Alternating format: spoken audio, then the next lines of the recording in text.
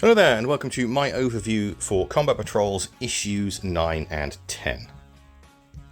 Starting with issue 9, we don't really get much this time. To be honest, it's actually not worth a £10 price tag because we only get 2 paints. We get Retributor Armour and we get some Abaddon Black.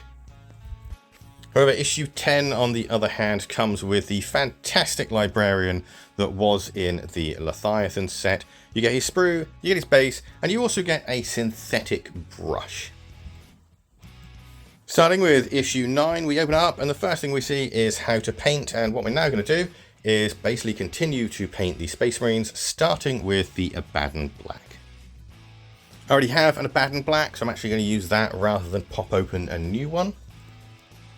So, using the Abaddon Black first, we're going to paint all of the undersuits, and then we're going to paint the weapons. I have to say, however, I'm using their starter brush that comes with it, and it's not a perfect brush. Weirdly though, it does seem to hold a point better than their more expensive brushes. But after we've dealt with all that, we're then going to move on to the gold. Now the gold is a lot more sort of fiddly for new people because there's a lot more things or smaller things that need to be painted with this gold. So if you are new, take your time and just go as carefully as you can. Once again, I've got my own Retributor Armour, so I'm going to use that. And as I said a little bit earlier, the paintbrush is a little bit tricky to use, and if you're new as well, don't be afraid of making mistakes. You can always go back and tidy things up after you're finished. One of the wonderful things about painting this stuff is, again, if mistakes happen, they're always correctable. Once they're finished, they should look something similar to this, and I have to say it's a lot nicer to have some more paintwork on these guys rather than them being just all blue. Of course, once we've finished the Space Marines, we're now on to the Tyranids. Now, again, if you've watched my videos before, you know that I've already got Tyranid Army, that I'm going to be painting those in my specific colours, but I will be painting the Tyranid Prime along with you guys. So basically experience what it's like to paint this Tyranid Prime with their paint guide. It's only one colour this week, which is just the Abaddon Black, and it's very simple and very fast to do. Just like the Marines, this guy is looking a lot better with more colour on him already, and I can't wait to see what these guys are actually going to look like when we actually get to the final parts of this magazine. Obviously, if you're painting them all, it will take a lot longer for you to paint yours, so just take your time, relax, and enjoy the experience. After the painting is done, there's lots more stuff to read. This time it leans a little bit into Space Marines and the different chapters, and once again, you get a nice little short story. They're always fun to read, and they're always good if you want to learn more about the lore and the way the world of Warhammer 40,000 works. After that, we've moved back to the rules. This time it's learning about advancing and falling back. Two things that are very important to how the game plays. Next, we've got Scenario 4, which is a pitched battle, and we're going to take into account what we've just learned about falling back and advancing and implement that into an actual game. We do have a little list of sort of things to follow and keep an eye out, just as an example, so as players we can learn how to play the game sort of more practically than we have done before. However, if you want to, you can play this scenario however you like, as long as you are following the rules. And after that, we've then got a little bit of fluff about the victors. So once again, we grab our playing mat, our dice, our ruler, and our data cards. This time we're going to be using the Space Marine Terminator Captain, alongside the Space Marine Infernus Marines. And for the Tyranids, we'll be using the Barb Gaunts, the Termagants, and the Von Ryan Leapers. So we'll deploy the models according to the scenario picture. This scenario wants us to begin with moving our Space Marine Terminator Captain with a fallback move to get out of the range of the Termagants, and then commence shooting with the Infernus Marines, and then charging back in with the Terminator Captain. From there we moved on to the Tyranid turn. There was only one Termagant left, so we basically just moved our Tyranids forward and attacked with a charge. Naturally, the game ended with the Space Marines winning, however, it was mostly down to my incredibly poor dice rolls. Moving on to issue 10 and that lovely Terminator and that synthetic base brush. I've never used a synthetic brush before, so this is going to be an interesting experience.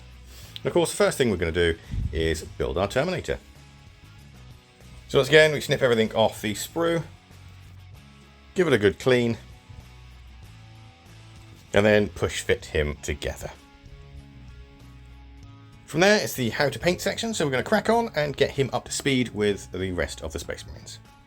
First time using the synthetic brush, I've got to say it's not as bad as some people have made out to be. It's okay, it is just a base brush after all though, so I'm not expecting anything spectacular.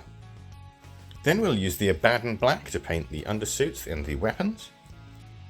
Retributor Armour to pick out the gold details. And Wraithbone to pick out the face and a couple of skulls. That's as far as we've got so far following the guide. I really do like this model. I can't wait to see the progress of it and sort of as we get further and further. I do wonder how sort of detailed we're actually going to get with the painting. Hopefully we'll be able to do it justice there. After the paint guide, we've got more lore. This time we're talking about the spiritual side of the Imperium and pretty much how brainwashed they are. This is followed with a little bit more about Space Marine weapons and their sort of more powerful weapons, their more devastating weapons, as it says there. We get another nice tease for vehicles and other things you can buy. Following that, we have the naming convention for the Librarian with the datasheet on the back. Next up, we've got some rules this time, and we're actually looking at the weapons abilities, things like rapid fire, torrent, that sort of thing, stuff that is absolutely vital to try and remember during the game. If not, always make sure you look on your datasheet, because you will have little reminders on every datasheet about what you can and can't do. And if you're unsure of the rule, just have a quick look and you'll be golden. And then after that, we've got scenario 6, Mind Over Matter. This time we're pitching the Librarian and only the Librarian against 3 Tyranid units. Once again, we have a couple of example turns to show the players how the game works, and so they can kind of get the rhythm of how games play more and more. There's one for the Space Marine player and one for the Tyranid player. And of course, once you've done with that turn, you can then carry on and play as you wish. And then after that, we basically just have the victory blurb about what happens after the Tyranid or Space Marine player as well. As I said a little while ago, the only Space Marine model we have for the Space Marine player is the Librarian. And he's up against those 10 Termagants, the 3 Von Rhein's Leapers, and lastly the Tyranid Prime. So following the guide, we moved our Space Marine Librarian forward, and then went ahead and rolled some shooting dice using his psychic powers. Then we charged forward into the Von Rhein's Leapers as per the turn. Once that was done, we then went ahead and used the Tyranid turn. It didn't take long for the Space Marine Librarian to deal with almost everything, although we did have one turn where spectacularly the Tyranid Termagants managed to survive a melee combat with 3 6s. But unfortunately for them, they failed to wound the Librarian back. Meaning that in the end, the Librarian beat them all. He did only have 1 wound left though. Then finally, the last page shows us a preview of the next issue, which is 2 more paints, which is a little bit more disappointing. But then after that, the next 2 issues, issue 12 and 13, are the Terminators. Can't wait for those. These ones, it's definitely worth the money. Sadly, I can't really say the same for these 2. The paints aren't really worth £10, to be honest. You can get them for like 6 from most places. Well, the brush works fine. Again, it's not absolutely perfect. GW really need to sort their brushes out. Librarian, however, absolutely fantastic. Thank you so much for watching. If you want to see more, give the channel a subscribe. I also do like a Hobby Streak weekly thing, which will be put up on a Sunday. And I also do paint guides as well, because I am a better painter than what you're seeing here. Thanks again so much. And, well, all that's left to say is goodbye for now. So, goodbye for now.